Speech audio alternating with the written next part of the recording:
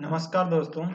आज हम बात करने वाले हैं बीपीएससी शिक्षक भर्ती के बारे में, जो कि शिक्षा विभाग द्वारा नोटिस जारी हो चुका है कि सभी दस्तावेजों की जो है दोबारा जांच होगी।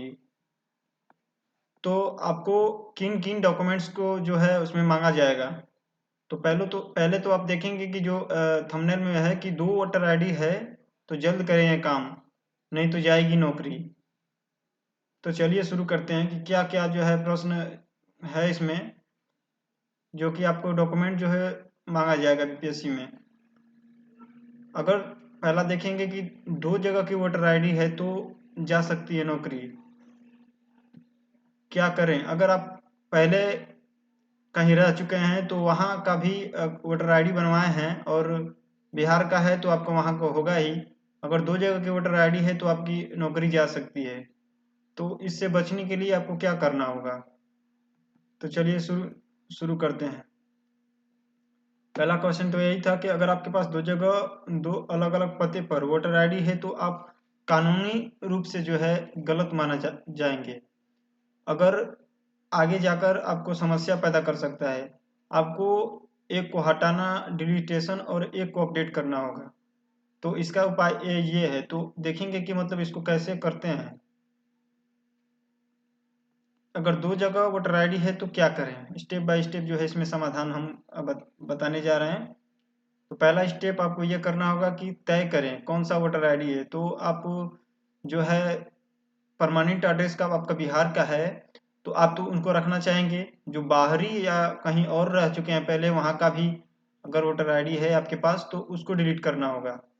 तो जिस जगह आप अभी रहते हैं परमानेंट एड्रेस वही रखना चाहिए। दूसरा जो है कार्ड आपको कैंसिल करवाना पड़ेगा। तो कैंसिल करवाने के लिए आपको पुरानी मतदान क्षेत्र ओल्ड एड्रेस से वोटर आईडी हटाएं। इसके लिए आपको फॉर्म 7 जो है डिलीटेशन फॉर्म भरना होगा। कैसे करें? तो आपको ऑनलाइन तरीके से आप एनवीएसपी वेबसाइट खोलेंगे, नेशनल वोटर सर्विस पोर्टल। उसमें लॉगिन करेंगे। मोबाइल नंबर से भी लॉगिन हो सकता है, इसमें हो जाता है।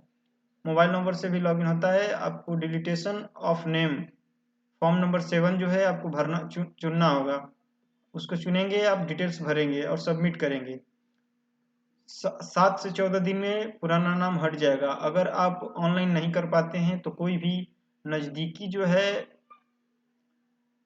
सीएससी सेंटर है या कोई भी ऑनलाइन सेंटर है उनके यहाँ जाएंगे और बोलेंगे आपकी एक डिलीटेशन फॉर्म भरना है तो वहाँ से भी हो जाएगा। तीसरा ये देखेंगे स्टेप 3 की नए पते पर जो वोटर आईडी अपडेट करें। जो नए पते पर आप हैं, अगर आप परमानेंट एड्रेस बिहार है आपका और वहाँ का वोटर आईडी है बना हुआ है तो आपको अपडेट करना चाहिए। यदि आप नए पते पर शिफ्ट हुए हैं तो फॉर्म 8 करेक्शन अपडेट करेंगे। अगर आप कहीं रह चुके हैं बिहार में, अगर बिहार में ही कहीं और दूसरे एड्रेस पर रह चुके हैं, वहाँ का अगर आपके पास वोटर आईडी है तो उसको आप अपडेट करके जो अपने गांव की जो एड्रेस पर रह रहे हैं वहाँ अपडेट करना होगा। करेक्शन करके आप वहाँ करेंगे। तो इसके लिए आप जो है फॉर्म 8 भरेंगे, करेक्शन अपडेट करेंगे। चौथा देखेंगे कि आपको क्या करना है। तो चौथा स्टेप ये है कि स्टेटस चेक करना पड़ेगा आपको। एनवीएसपी या वोटर हेल्पलाइन ऐप में जाकर आप ट्रैक एप्लीकेशन में स्टेटस देखेंगे, हुआ है या नहीं हुआ है। अगर हो जाएगा तो आपको वहाँ पर सक्सेसफुल दिखाएगा। ज़रूरी बात यह है कि अगर 2 जगह वोटर आईडी है और आप हटाते नहीं हैं तो आपको देखिए वोटिंग के समय दिक्कत आ सकती है। अब ज़्यादातर देखे होंगे कि इस साल जो है विधानसभा चुनाव जो हुआ है बिहार का, उसमें अब बहुत सारे जो है आदमी को पर्ची नहीं मिला था, जो जिसका नाम नहीं आया था वोटर आईडी में।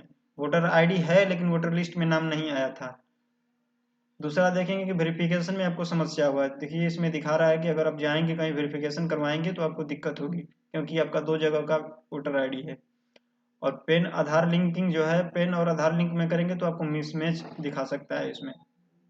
तो इसके इसके जो है इसलिए जल्दी से जल्दी ठीक कर लें, नहीं तो आपको जो है वेरिफिकेशन होने वाला है, आप जाएंगे और उसमें पकड़े जाएंगे। ये हो गया पहला क्वेश्चन। तो हम देख लिए कि क्या नाम है, अगर 2 जगह है तो आपको क्या करना चाहिए। दूसरा क्वेश्चन ये देखेंगे कि अगर आपके नेम के पहले केएम लगा है तब क्या करें। किसी में देखेंगे आप, जैसे किसी का नेम है कुछ भी तो पहले केएम लिखा रहता है, केएम उसके बाद नेम लिखा रहता है। और कहीं और दूसरे मार्क जो है मार्कशीट में जो, तो उसमें नेम पहले दिया, कुमारी बाद में दिया है। तो ये मिसमैच के लिए आपको जो है, जो डॉक्यूमेंट वेरिफिकेशन करवाए होंगे तो उस समय आप जो एफिडेविट या कुछ भी लगाए होंगे तो वो एफिडेविट भी यहाँ पर लगेगा। तो इसलिए उसको संभाल कर रखें, जब भी आपको मांगा जाए, अगर दोबारा डॉक्यूमेंट वेरिफिकेशन के लिए बुलाया जाए तो आप जो है पहले का जो एफिडेविट बनवाए थे वही लेकर जाना है। तीसरा देखेंगे, स्पेलिंग जो है मिस्टेक, नेम में मिस्टेक हो गया है या फादर नेम में या कहीं भी, मदर नेम एड्रेस कहीं भी अगर स्पेलिंग मिस्टेक है तो इसके लिए भी आप जो काउंसलिंग के समय, डॉक्यूमेंट वेरिफिकेशन के समय जो है आपको आपसे जो है एफिडेविट मांगा गया होगा। तो आप एफिडेविट जो है इसका भी एफिडेविट बनवा कर रखे होंगे तो इसको बहुत संभाल कर रखना चाहिए आपको, क्योंकि जब आप दोबारा डॉक्यूमेंट वेरिफिकेशन में बुलाया जाएगा तो आप उसको मांगा जाएगा, नहीं तो आपकी नौकरी जा सकती है। चौथा ये है कि मार्कशीट जो है जिनके पास जो प्रोविजनल था उस समय ओरिजिनल नहीं आया था, अभी जो है कॉलेज यूनिवर्सिटी में जो ओरिजिनल नहीं आया था तो प्रोविजनल ही अपलोड कर दिए थे। तो अगर आप जो भी जो अपलोड किए थे उसका वाटरमार्क वाला आपके पास होगा ही। अगर आपको दोबारा डॉक्यूमेंट्स के लिए, डॉक्यूमेंट्स वेरिफिकेशन के लिए बुलाया जाता है तो आपको वही लेकर जाना है, जो अपलोड कर किए थे वही लेकर जाना है।